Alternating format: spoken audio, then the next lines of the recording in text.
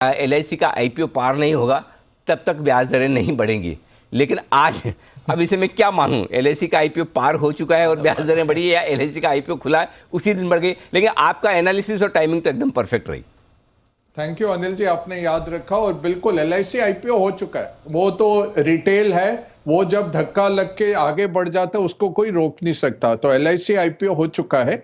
But ये अब market क्यों इतना चकराया है कि ऐसी क्या आग लगी जो आज आपको करना था, जो आपको अप्रैल में नहीं दिखा। 2 हफ्ते पहले तक आप अकोमोडेटिव थे, आज भी उन्होंने 3 बार कहा कि हमारा रुख अकोमोडेटिव है। अगर आपका रुख अकोमोडेटिव है, आप 10% इंटरेस्ट रेट बढ़ा दिया, 4% का 4.4 कर दिया, और CRR बढ़ा दिया, 4.5% CRR कर दिया, जिससे सीधा बैंक्स की P&L को क्षति पहुंचती है, क्योंकि आप 0% उनको देते हैं। तो 0.5% टोटल डिमांड और टाइम लायबिलिटीज आपने जब्त कर ली पूरे बैंकिंग सेक्टर की, और वो भी इंट्रा पॉलिसी। तो अप्रैल और जून के बीच में अंतराल था, एकदम से मई में आज कैसे क्या जरूरत पड़ गई आने की, ये मार्केट समझने की कोशिश करेगा। इकोनॉमिस्ट सारे अनिल जी यही कहेंगे कि अच्छा है, इन्फ्लेशन बढ़ रही थी। मैं इसका दूसरा तोड़ देता हूं। मैं कहूंगा कि आपकी इन्फ्लेशन बढ़ रही है सप्लाई साइड के कारण। आपका तेल, क्योंकि 85% तेल आप बाहर से लाते हैं और सरकार टैक्स काटती नहीं है उस तेल के ऊपर, तो जो महंगाई बढ़ रही है वो आपके हाथ में है कि आप टैक्स काटिए। 168 लाख करोड़ आपका GST आ रहा है, इतना जबरदस्त प्रदर्शन हो रहा है, तो आप थोड़ी राहत दीजिए।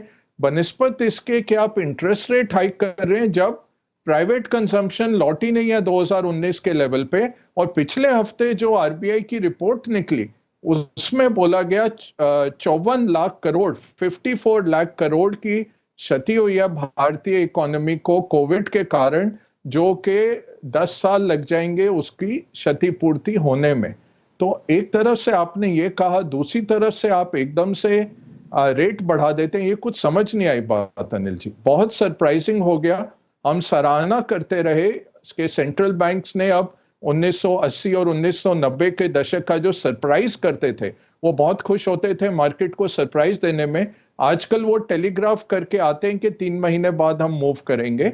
ये एकदम से जो टाइटनिंग की मूव की और फिर भी इसको अकोमोडेटिव बुला रहे हैं, ये बिल्कुल समझ नहीं आया अनिल जी। ये बिल्कुल बहुत सरप्राइजिंग हो गया। देखो, जबकि पिछली मीटिंग से लेकर अब तक अगर आप देखें तो मेटल्स के दाम नीचे आए, कच्चे तेल के दाम नीचे आए, राइट। कमोडिटी साइकिल जो बहुत तेजी से भाग रहा था उस पर तो ब्रेक लग गया, उल्टा सोना चांदी से लेकर सब कुछ है ना नीचे आए। तो फिर ऐसी इमरजेंसी क्या हुई कि 3 हफ्तों में वापस से पॉलिसी की बैठक बुलाकर, MPC की बैठक बुलाकर ब्याज दरें बढ़ानी पड़ी। बिल्कुल, ये क्रेडिबिलिटी लूज होता है अनिल जी सेंट्रल बैंक्स का। ये ग्रीनस्पैन वगैरह को पसंद आता था बैठ के हम बिटवीन द लाइंस पढ़ते थे, वो जान के बहुत मुश्किल लैंग्वेज यूज करते थे और सरप्राइज करते थे। ये जब से बर्नानके आए और पावल आए, जेनेट येलेन आई, उन्होंने ये रुख बदल दिया था सेंट्रल बैंक्स का कि सरप्राइज नहीं देंगे। अब पिछली पॉलिसी के बाद जब अकोमोडेटिव रखा और 2 साल से इन्होंने कहा था हम अकोमोडेटिव से न्यूट्रल आएंगे, एक बारी न्यूट्रल से हम फिर प्राइस इंटरेस्ट रेट बढ़ाएंगे।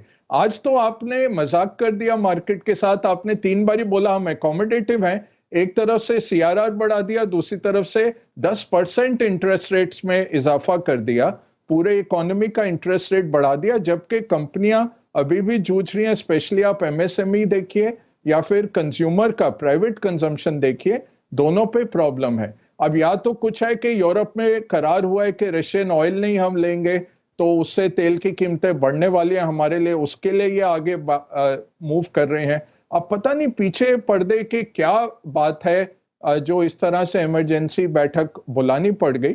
और मार्केट को अगर आप लेके चलते, मार्केट को साथ में कॉन्फिडेंस में लेके चलते कि भाई अब ये हम देख रहे हैं इंटरेस्ट रेट, पिछले हफ्ते कोई स्पीच दे दी जाती।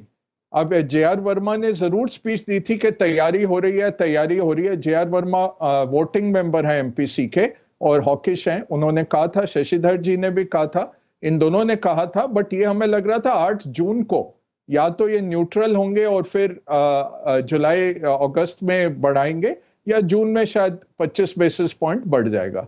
ये जो इंटर पॉलिसी जो हो गया है उससे मार्केट थोड़ा हताश हुआ है कि क्या हम मिस कर रहे हैं, क्या सिचुएशन हमारे विश्लेषण से ज्यादा गंभीर है। ये फिर क्वेश्चन आ जाता है। ब्लूमबर्ग हो, जितने वायर्स हैं सब बोल रहे हैं India does a surprise rate, और वो सरप्राइज रेट फिर चौंका देता है। इससे नहीं है कि गोरे और पैसा डालने लग जाएंगे भारत से कि आपने रेट बढ़ा दिया, उल्टा आप अपनी इकोनॉमिक रिकवरी को स्लो कर देते हैं। मैं बिल्कुल नहीं मानता हूं, जबकि सप्लाई साइड से इन्फ्लेशन आ रही है, तेल के कारण इन्फ्लेशन आई है, खाद्य पदार्थों की कीमतों की, उससे आप रेट बढ़ा लेंगे, ठीक है, उससे बहुत ब्लंट इंस्ट्रूमेंट है कि एग्रीगेट डिमांड हम कम करेंगे, डिमांड कम होगी तो सप्लाई डिमांड से ज्यादा हो जाएगी, इन्फ्लेशन कम हो जाएगी।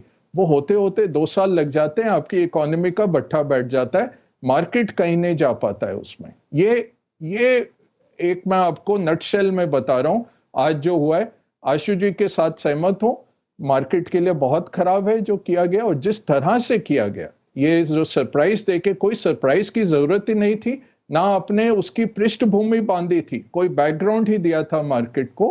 पिछली बारी जो पॉलिसी थी अकोमोडेटिव रखी गई। जी